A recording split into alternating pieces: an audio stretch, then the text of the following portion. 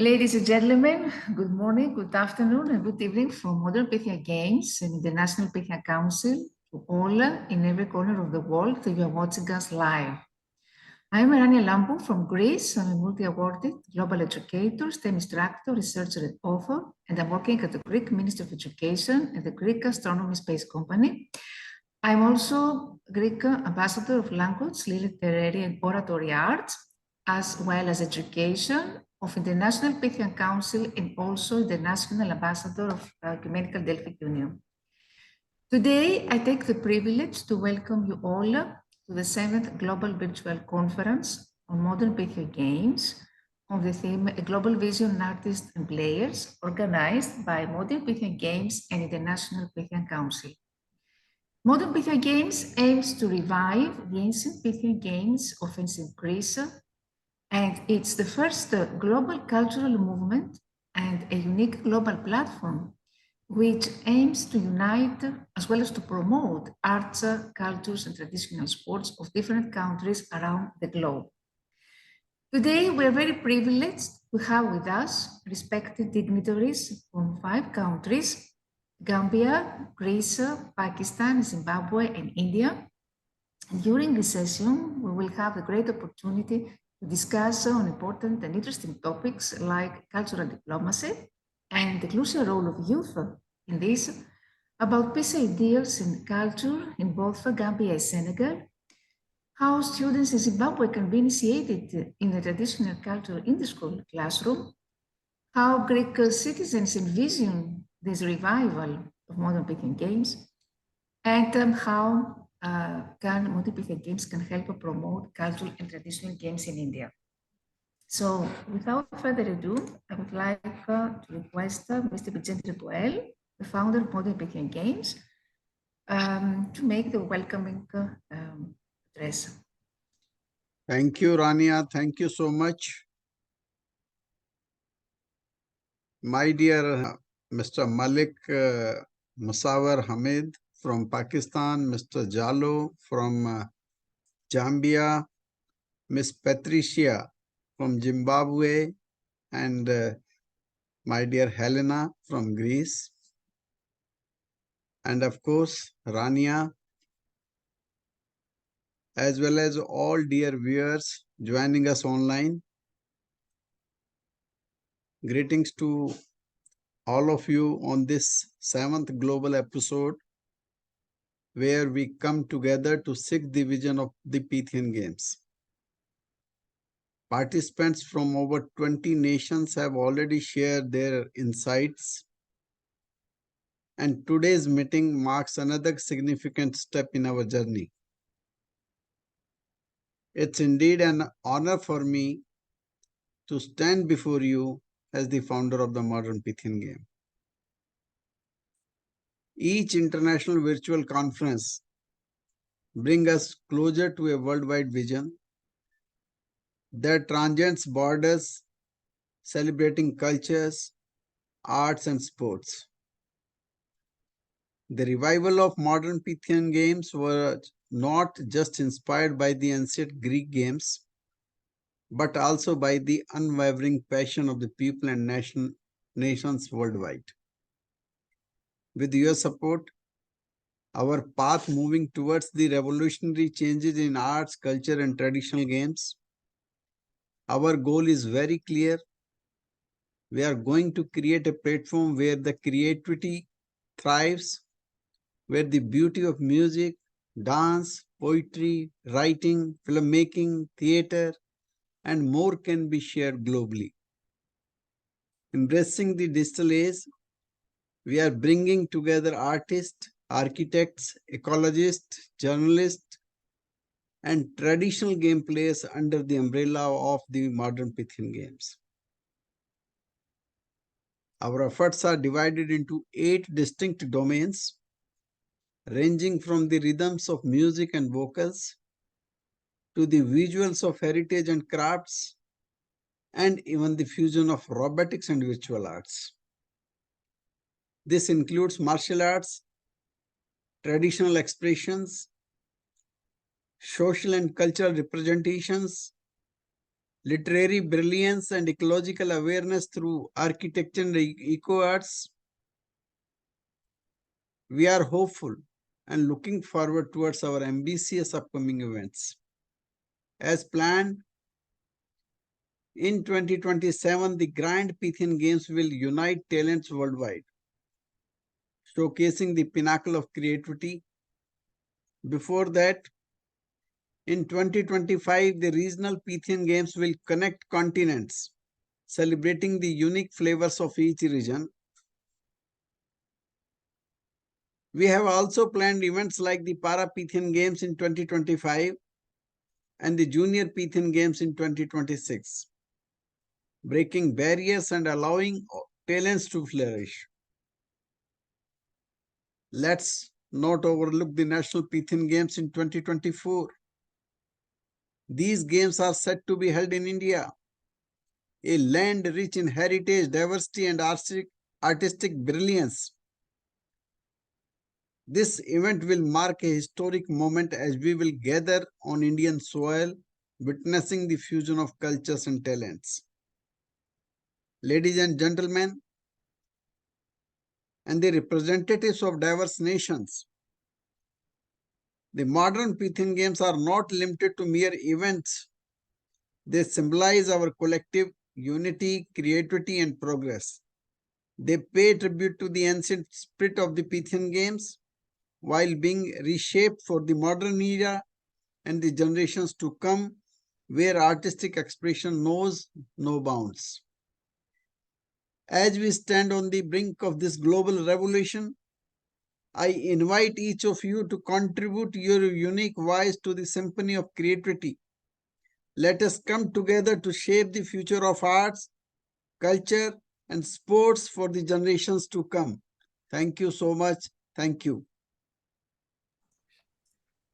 Thank you very much, Mr. Vijendra Goel, for your powerful always message and also for announcing these important dates about Modern Pythian Games launching and about these upcoming events. I'm sure we are all eager to start working on this all together jointly. Thank you very much. And now, without further ado, I would like to call upon our first speaker for today, Mr. Musagar Tanoli from Pakistan.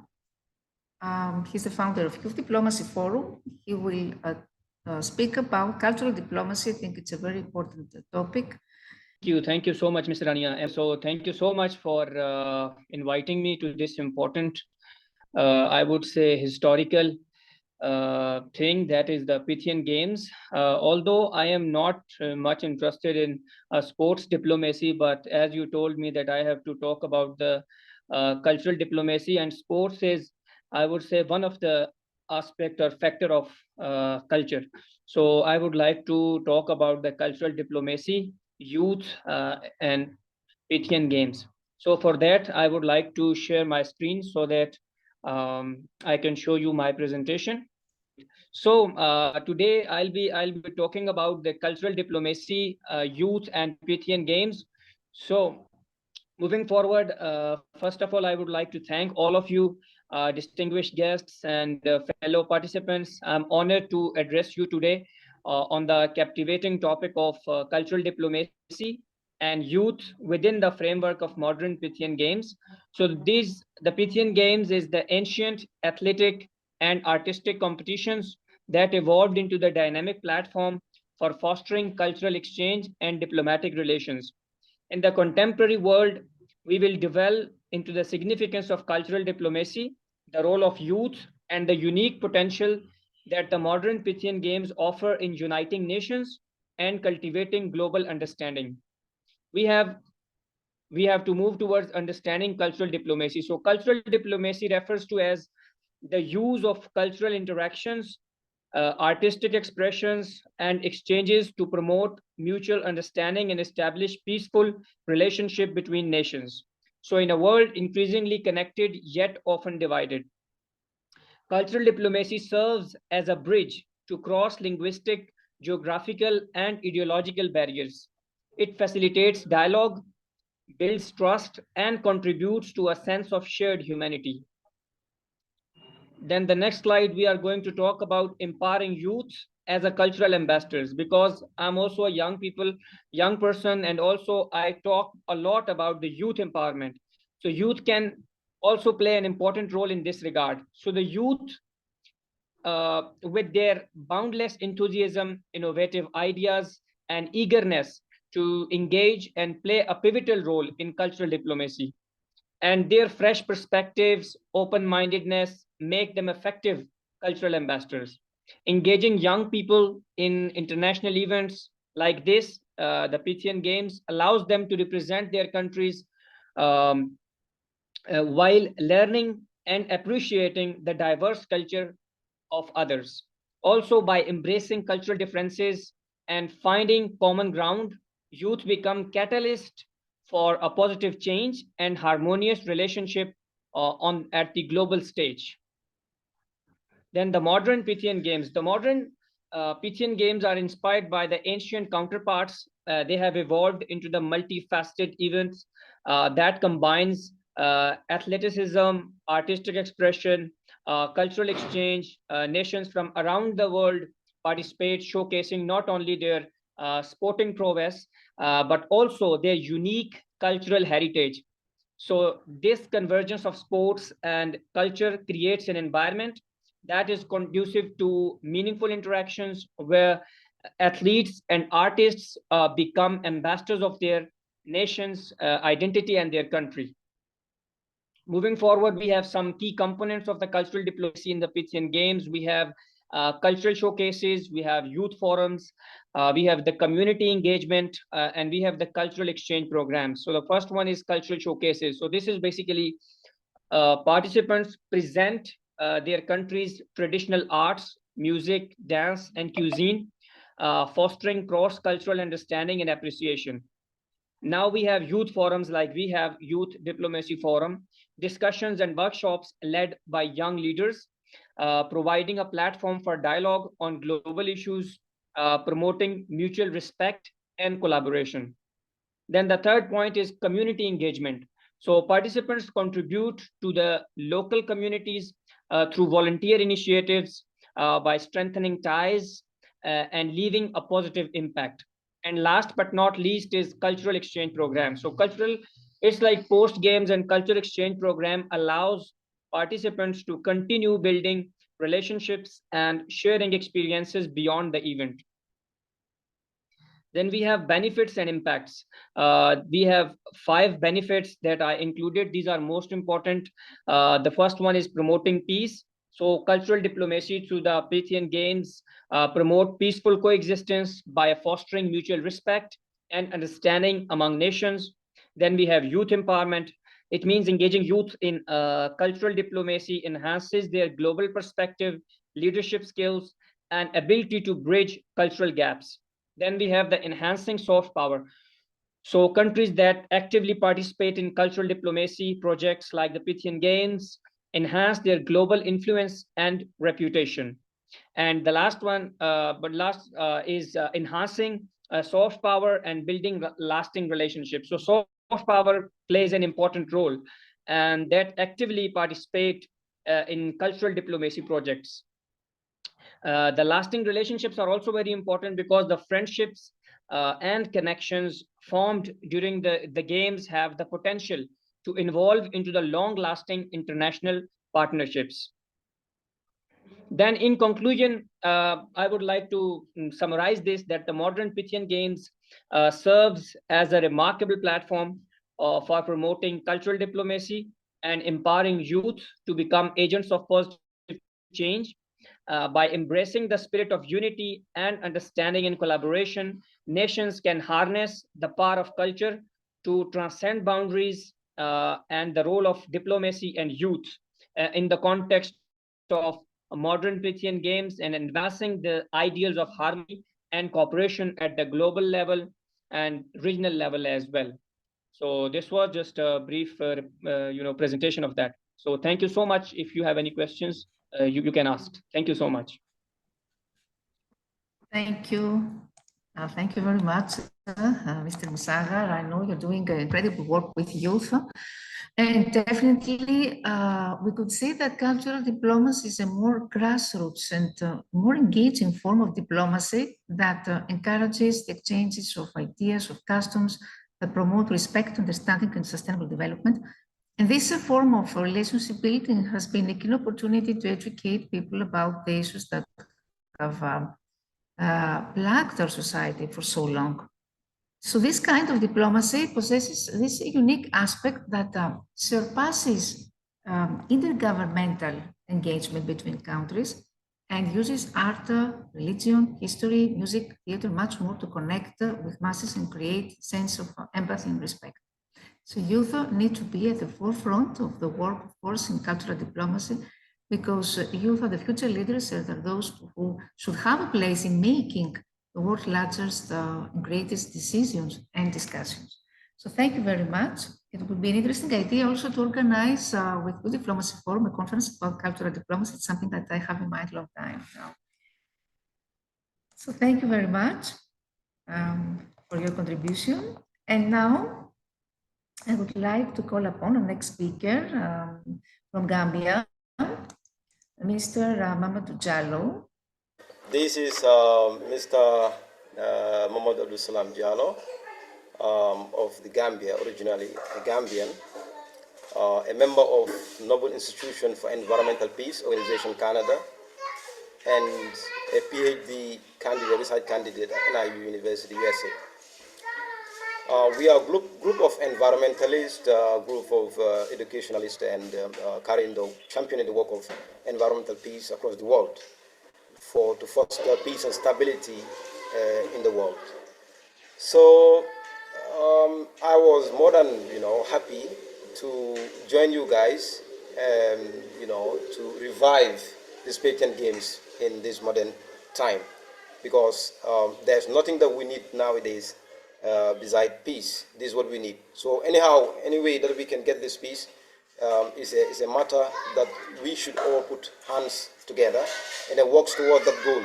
So I'm very much pleased with the work you are all doing, and I thank you all.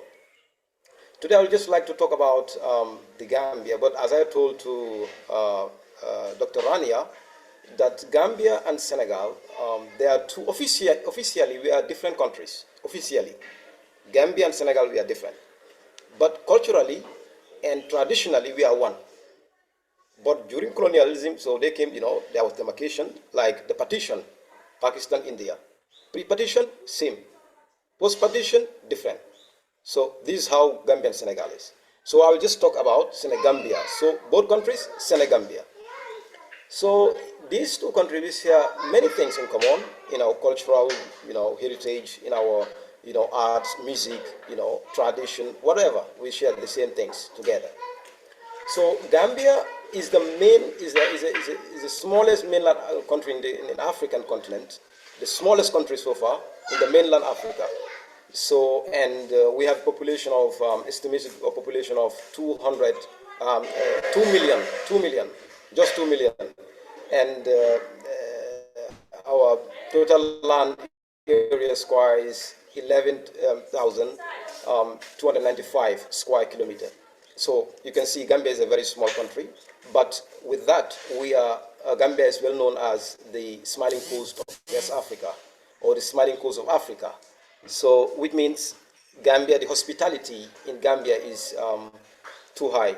So if you come here, people are always smiling, they refuse to see you with smiling faces. So that is part of the culture, that is part of the tradition here in Senegambia. And to revive the Pythian Games in the world, I see it will be very much important even for the Gambia, where we should revive all these cultures and these musics and these arts to create that ideal society where we can foster peace, where we can foster stability in the world. So it's a very good, important thing. Ms Rania, I would love you to... Okay, welcome to Gambia. Yeah, so this is Gambia. I don't know. The videos are not visible in the presentation. I don't know why. Anyway, there are traditional wrestling games, traditional music, Gambian traditional music instruments. Unfortunately, you can't see the videos, but you can see here some photos about the traditional craft markets, traditional food, masquerade. Yeah, this is the masquerade. This is the Yes. Yeah, so this is the masquerade that is commonly found in the Senegambia, mostly in the southern part of Senegal, Casamance, and also in some parts in Gambia. As I initially told you guys, that Senegal and Gambia, we share certain things commonality. We share, our culture is same, tradition is same, our diet is same, whatever, our arts and culture is same. So this type of masquerade is commonly found in both countries, Senegal and Gambia, and commonly found with the Jola found with these people. So we mostly celebrate these during festivals, cultural festivals. So this is called the Kung Fu masquerade. So it's commonly found with the Jola ethnic group in the Gambia and Senegal.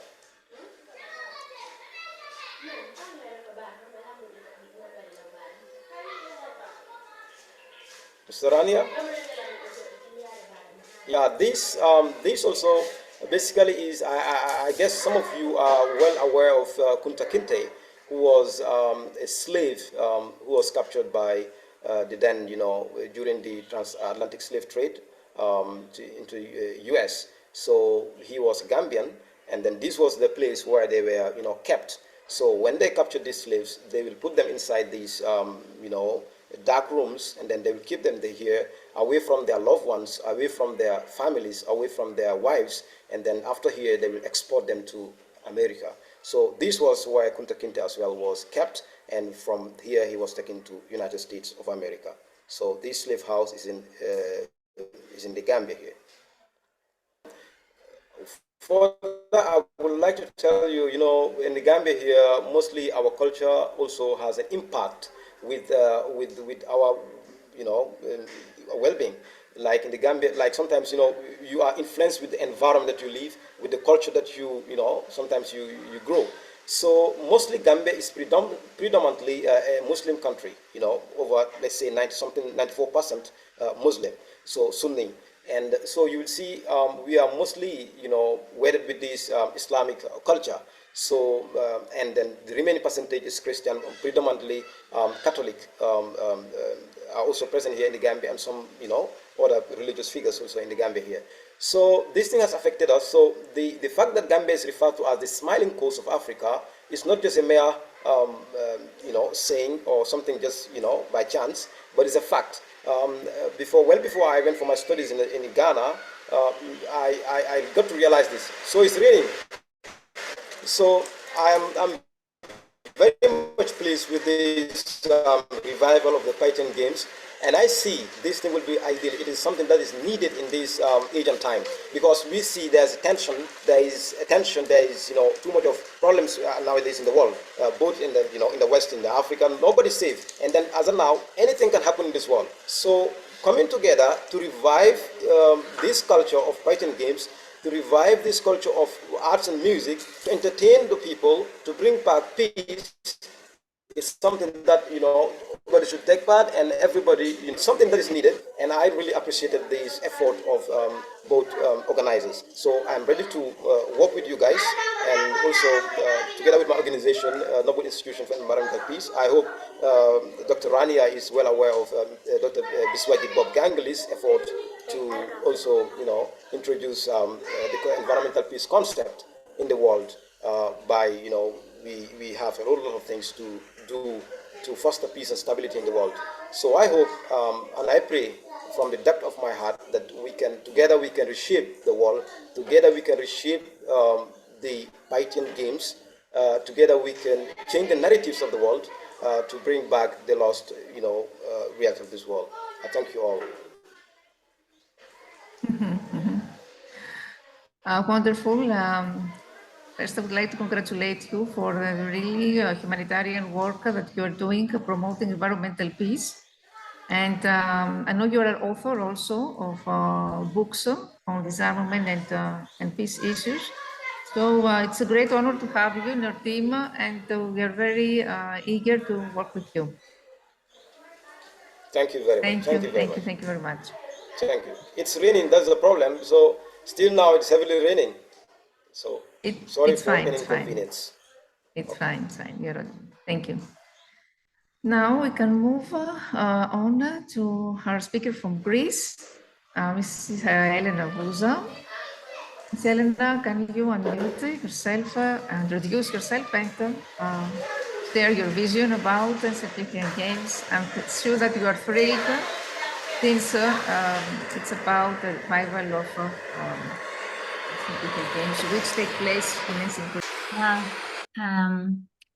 First of all, I would like to thank you, Rania, for this invitation. It's a great honor to be a part of Pythian movement and this great initiative to resurrect Ancient Pythian Games. Let's introduce myself. My name is Elena Vouza, and I am a secondary education teacher. I hold a master's degree in cultural management, communication and media, with a specialization in communication and media rhetoric. My research interests revolve around cultural heritage and more specifically focus on oratory arts with a strong emphasis on the revival of rhetoric in the general education curriculum. So this presentation is about the Greek heritage of oratory arts, the importance of oratory arts in ancient Greece, and how oratory arts can be integrated in the modern school curriculum. So, language, literature, and oratory arts generally are one of the 8 Pythian Games art categories. So let's start with the term of oratory. What is oratory and the art of oratory? Oratory is a rational and practice of persuasive public speaking. In other words, it's the art of using words effectively. Classically, the theoretical basis for the art of oratory is rhetoric. Rhetoric, in simple terms, refers to the study and uses of written, spoken, visual language. It investigates how language is used to organize and maintain social groups, construct meanings and identities, coordinate behavior, mediate power, produce change, and create knowledge. In classical Greece and in Rome, rhetoric was the main component of composition and speech delivery, both critical skills for use in public and private life. Rhetorical tools were first taught by a group of teachers called sophists, noted for teaching paying students how to speak effectively using their methods. Separately from the sophists, Socrates, Plato, and Aristotle developed their own theories of public speaking, teaching these principles to students interested in learning rhetorical skills. So Plato founded the academy and Aristotle the Lyceum to teach these skills. Because rhetoric was viewed as a civic art by several of the ancient philosophers. Aristotle and Socrates were 2 of the first to see rhetoric in this light. Aristotle argues that rhetoric is the fundamental part of civic life in every society, and that has been necessarily in the foundation of all aspects of society. As you all know, Aristotle is the Greek philosopher who was one of the most revered thinkers worldwide and remains one of the most influential people who ever lived. He contributed to almost every field of human knowledge then in existence, And he was the founder of many new fields as the formal logic. He also pioneered the study of scientific methods, political theory, theology, rhetoric, literary analysis, and equally long. Aristotle defined rhetoric as the power of perceiving in everything, which is capable of producing persuasion. Aristotle's rhetoric proposed that a speaker can use three basic kinds of appeals to persuade his audience: ethos, an appeal to the speaker's character; pathos, an appeal to the audience emotion; and logos, an appeal to logical reasoning. He also categorized rhetoric into three genres: epidectic, ceremonial speeches dealing with praise or blame; forensic, judicial speeches over guilt or innocence; and deliberative speeches calling on an audience to make a decision on an issue. According to Aristotle, grammar teaches the mechanics of languages to the student. This is the step where the student comes to terms defining the object's information perceived by the five senses. Logic, also dialectic, is the mechanics of thoughts and of analysis, the process of composing sound arguments and identifying fallacious arguments and statements, and so systematically removing contradictions, thereby producing factual knowledge that can be trusted.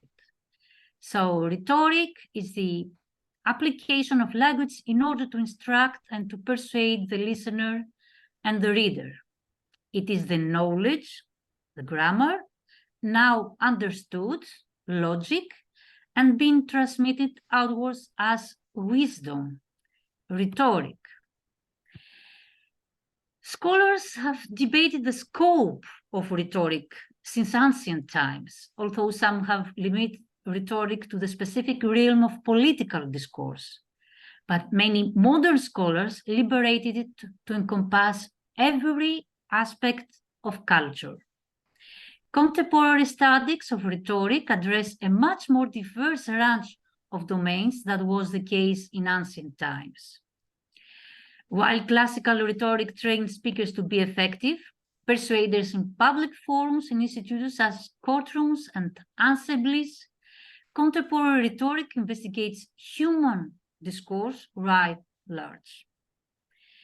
Rhetoric has been an essential part of education throughout history, but the last decades fell out of favor in education, mostly in the 20th century.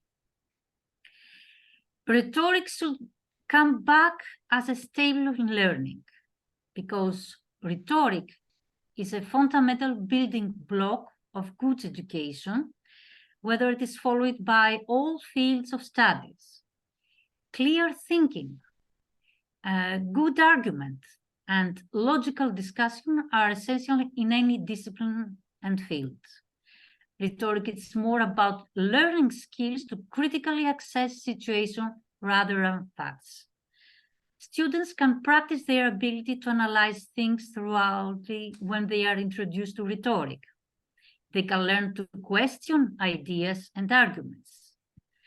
Rhetoric can help students recognize persuasion and develop critical thinking skills. For example, teaching history in schools as a role-play lesson can make history an interesting and not a boring lesson. Instead of taking someone's word, instead of just repeating facts or dates, students should be able to develop their critical thinking and determine their own position on issues. Critical thinking is essentially a questioning, challenging approach to knowledge and perceived wisdom. Critical thinking is an intellectually disciplined process. Critical thinking is a type of thinking pattern that requires people to be reflective and pay attention to decision-making which guides their beliefs and actions. Critical thinking allows people to deduct with more logic to process sophisticated information and look at various sides of an issue so they can produce more solid conclusions. Providing rhetoric in school would give students a skill that would be useful for the rest of their lives. Rhetoric gives the framework to think critically, and having the ability to analyze political debates and speeches, and this can be very crucial in nowadays. Students can learn to interpret emotions and words into logical techniques. Rhetoric is written as a requirement in education in modern times. Although in recent years, some argumentative competitions are organized by schools, for example, school debates on specific topics as a simulation to UN debates have been held. Modern students are the modern orators and may become the voice of political and social history. In conclusion, teaching rhetorical devices in schools can significantly benefit students. Critical thinking, communication, and persuasion skills. These skills are essential for success in both academic and professional contexts and can help students become more effective communicators and thinkers. As we all know, nowadays politicians deliver rallying cries to inspire people to act. Advertisers created catchy slogans to get people to buy products. Lawyers present emotional arguments to say a jury. These are examples of rhetoric, language designed to motivate, persuade, or inform.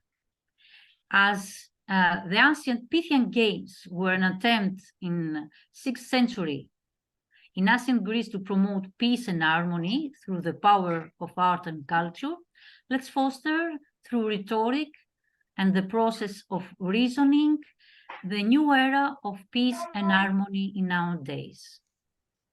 Thank you. Thank you so much, Ms. Elena, for your wonderful speech about rhetoric. You said ethos, pathos, logos. Logos appeals to the audience reason, building up logical arguments. Ethos appeals to the speaker's status or authority, making the audience more likely to trust them. And pathos appeals to the emotions, trying to make the audience more emotional. Thank you very much for this presentation, and definitely rhetoric is something that should be cultivated and taught more in school, the school classroom, because we need also students who should be able to present themselves and develop arguments and be able to handle difficult situations when it comes to language issues.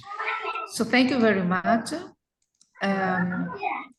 After this presentation of Gambia in Greece, Gambia, Mr. Mamadou is very peaceful and small and a land of smiling people, as you said. It has a wonderful nature, wildlife, rich culture, traditions, colorful villages, and hospitable people who are always willing to help.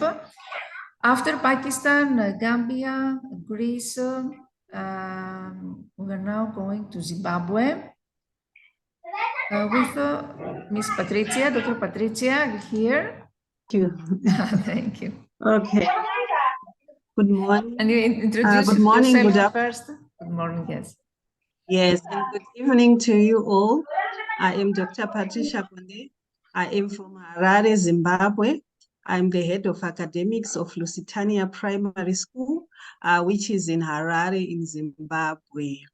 Thank you so much, Dr. Rania Lampou, for inviting me to be one of the speakers today, especially on Pythian Games. And it is my first time to speak about Pythian Games. I know that, yes, it's a term and we have been practicing it. Some of us maybe didn't know. All right, thank you so much. First of all, I would like to talk about the significance of arts, sports, culture, and peace, especially highlighting a few points about their significance, especially in my country here in Zimbabwe. Those who don't know, Zimbabwe is the southern Africa, next to South Africa, right at the bottom of Africa. So in terms of arts, culture, sports, and peace in Zimbabwe, yes, we do a lot of sporting activities, a lot of arts activities, culture, and peace building activities. And I'm quite happy to say that all these four are very crucial, especially nowadays, in making sure that our health and our well-being is okay, contribute so much to our physical and mental well-being. Especially after COVID-19, we know most of us we were staying redundant in our homes and not doing anything. But because of sports culture, we are able to have an active lifestyle, especially it improves, especially your health. Also, it reduces the risk of chronic diseases. The noise is coming from Mamadou. All right. So also in our curriculum here in Zimbabwe, we make sure that we've got different sporting activities, we've got different cultural activities that we do, and peace building debates and so forth that I'm going to talk about later. And also in terms of arts, culture, sports, they offer a valuable educational opportunities, especially for young people in Zimbabwe. Most of them have got scholarships to go outside the country, especially to further their arts, be it music, be it cultural activities, be it in sporting activities. They've participated in various cultural activities, and sports has enhanced, especially in our schools, it enhances a lot of discipline. Sporting activities, they have to follow the rules. If you are playing chess, they have to follow the rules. If you are playing karate, you have to follow the rules. So it enhances discipline. It also enhances their leadership qualities as well, because sometimes they are the captains of the sports teams, they are the captains of the chess games. They enhance their leadership skills. And I was quite happy, our former speaker from Greece talking about critical thinking skills. They also enhance those problem-solving activities. Think of children playing a chess game or a traditional game. We've got different traditional games that are in the form of chess activities. Yes, chess, we play it in the urban towns, but in the rural areas, they've got what we call tsoro, they play nodo. Those are traditional games that enhance their critical thinking skills. And then besides that, when you're looking at sports, we are looking at culture, we are bringing in a lot of people together. It enhances the social cohesion and the unity. Think of when people are playing sports. Right now in Zimbabwe, we had cricket, we're playing with Pakistan, and we have got elections that are coming soon. People forgot about those elections, those different parties that they belonged to, because they were now united because of cricket. Most people were there in the cricket field, dancing, playing music. It enhances that social cohesion. It enhances unity even in our schools. You'll find that, yes, there are some sports coaches that are not in good books, but when it comes to district levels, they are together because they've got a common purpose. So sports, culture, and activities, they provide avenues for acquiring knowledge, developing skills, and nurturing talent that we have in our communities. Then when you are also looking at things like cultural activities, I'm going to talk about what we do as a school. Cultural activities that we do as schools, they have got, for example, Zimbabwe has got a rich and diverse cultural heritage, encompassing maybe various ethnic groups and traditions. In our schools, we go for field trips. We go so that children can also learn about where the Shona people started from, Great Zimbabwe. We go to Kariba. They want to learn about the Nyami Nyami because it carries a heritage, there's a cultural story. So we want, through sports and culture, we want to enhance our culture so that we preserve our culture. And then besides, lastly, looking at the importance of sports and culture, we are looking at economic development of a country. Some towns in Zimbabwe, like the Victoria Falls, for them to have a booming business, it's because of the scenic sites, the historical monuments. People come and see the Victoria Falls in Zimbabwe.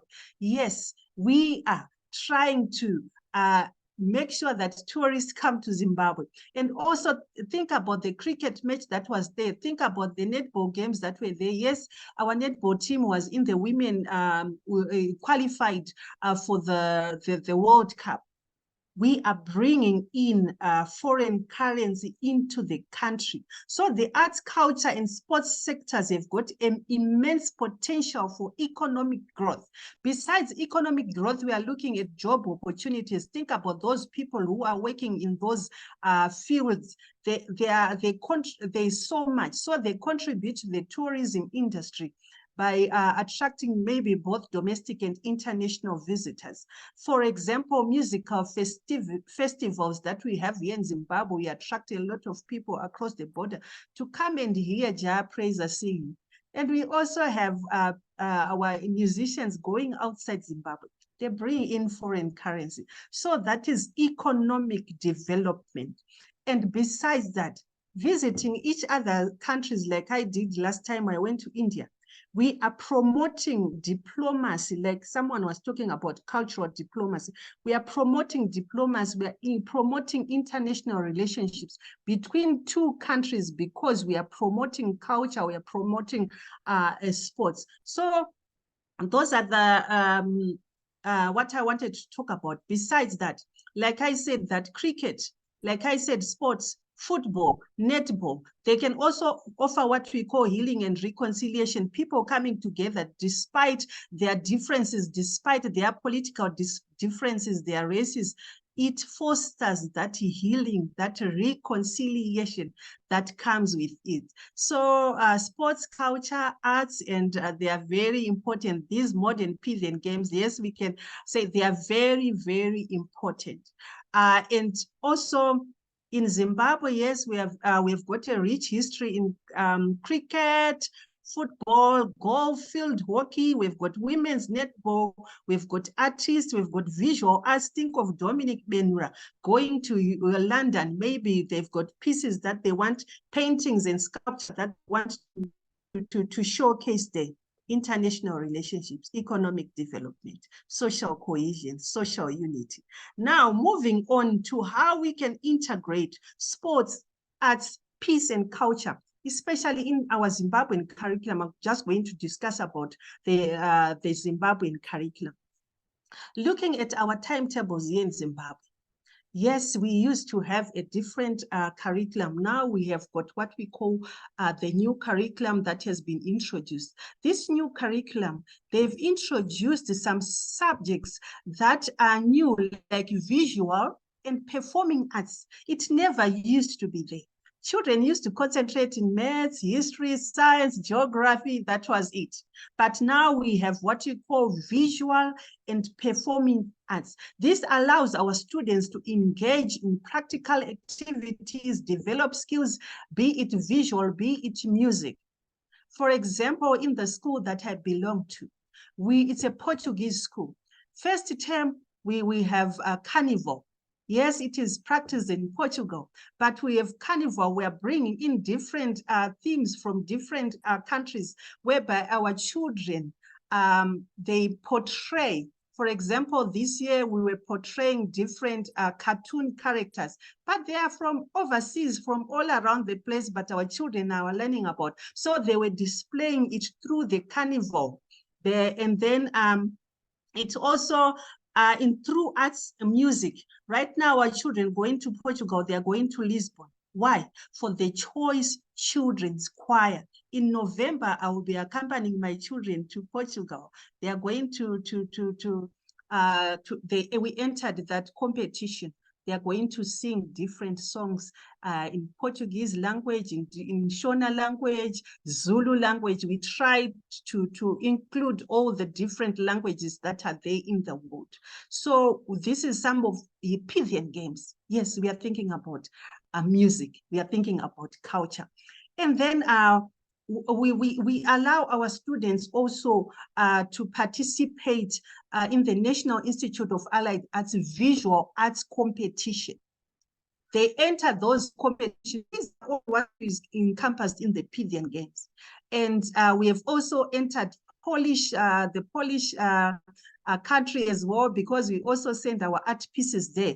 So we are trying to make sure that our children are not only focused in the subjects that we know, but we are trying to widen their horizon, so that we don't know what each child, we want to nurture talents. Some children are not good in academic subjects, but they are good at sculpture. We also have a sculpture. Unfortunately, my PowerPoint, I couldn't play it but I will send it to Rania. We also have a vibrant culture, a sculpture club, whereby our children make a lot of sculpture. And then one day in the school, parents come in to buy those sculpture pieces. So we are teaching them about entrepreneurship as well. Yes, creativity in making all those pieces, but also entrepreneurship, because they are going to make money out of it. And through that money, they're also going to buy the wood, whatever materials that they need to do to use in their club. And then through sports, arts, peace, and culture, there's also what we call cross-cultural integration, whereby when we infuse all those elements of the Pythian games that we are talking about, we come up, we integrate the music, we integrate the dance, we integrate the visual arts into language and literature classes, like what the former speaker says, to enhance what we call creative expression. Like right now, we have got 3 terms in Zimbabwe, 3 terms for our school. Right now, our 3rd term, we have what we call public speaking competitions, whereby our children enter into these competitions as a school. We are trying to enhance that creative expressions. We give them topics to look at. They also go into impromptu speaking. That critical thinking also comes in. So it can also be enhanced through clubs, public speaking club, debate club, quiz clubs. So we incorporate those sports activities, for example, into mathematics by using the sports statistics. For example, when they've played sports, those sports statistics, we use them for problem-solving exercises. And then we have what we call extracurricular programs. In our Zimbabwean curriculum, from 8 to 1, children are in the classroom. Academic subjects, maths, English, science, visual performing arts, they are doing. We also have got a subject called PE and arts, physical education, sports and mass displays. It's now an examinable subject as well. And then after, from 2 o'clock to 4 o'clock, our children are now doing what we call extracurricular subjects, whereby they've got different clubs that are there.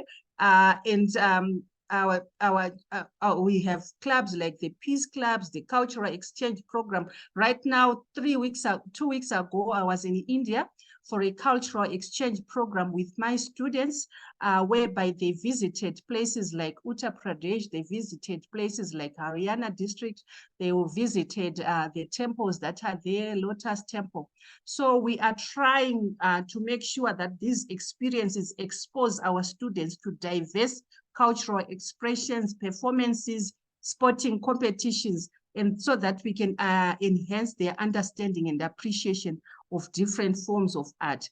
And then lastly, We also make sure that they are assessed in sports, arts, peace building, and cultural activities, and most of them get scholarships even to go outside the country. But we can only do this when also our teachers are trained. It means we need to also to support our teachers, to train our teachers so that they can engage in these Pythian games.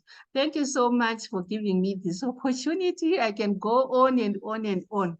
But thank you for the opportunity to be sharing with you in how we integrate sports, arts, culture, and peace into our curriculum in Zimbabwe.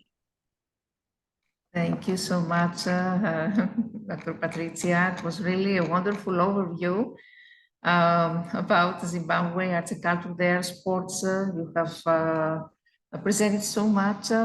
I know you have an incredibly heritage there, and you're doing a lot in art and dance, as you said before, and also you are you're having a carving.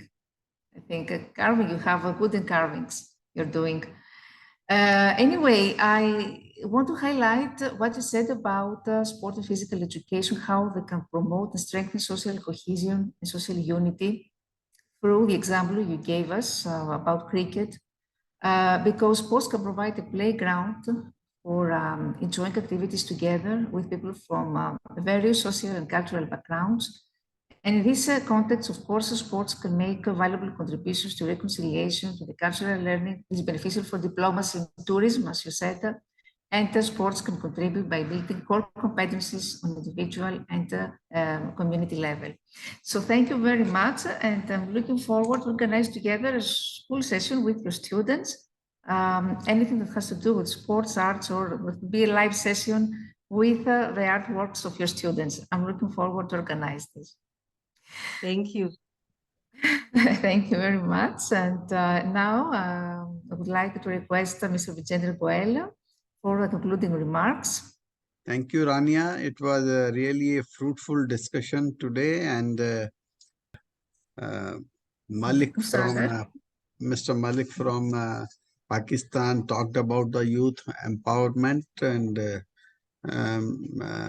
he also spoke about the soft diplomacy, and Patricia talked about the impact of the Pythian Games in the economy of a country, and this is a fact because Pythian Games is a solution, or you can say it's a it's a new thing for the world in this new era of after COVID.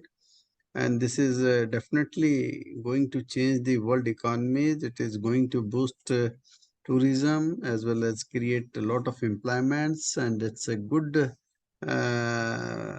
it will be a good way of cultural exchanges as well as establish peace. Helena talked about the oratory arts, and really oratory arts itself a great art, delivering speeches, talking, and to express ourselves itself a big thing. So it's a great day, and I'm hopeful we will have such a discussion, more discussions in coming times. Thank you so much for today, Rania, for hosting such a beautiful discussion today, and concluding with the 7th episode. Thank you so much. Yes. Thank you, Mr. Vijendra Goel. Ladies and gentlemen, I would like to congratulate Modern Pythian Games for the organization of the 7th Global Virtual Conference. I would like to thank all respected speakers and delegates who were together with us, all the audience who watched us live, and of course, Mr. Vijendra Goel and Mr. Panos Kaltsis, who are the two initiators of this global movement, cultural movement. I would like to close by reminding you always our core values, peace, harmony, collaboration. We are renewing our appointment for next week with new guests and new interesting topics. Wishing you a wonderful evening. Thank you very much.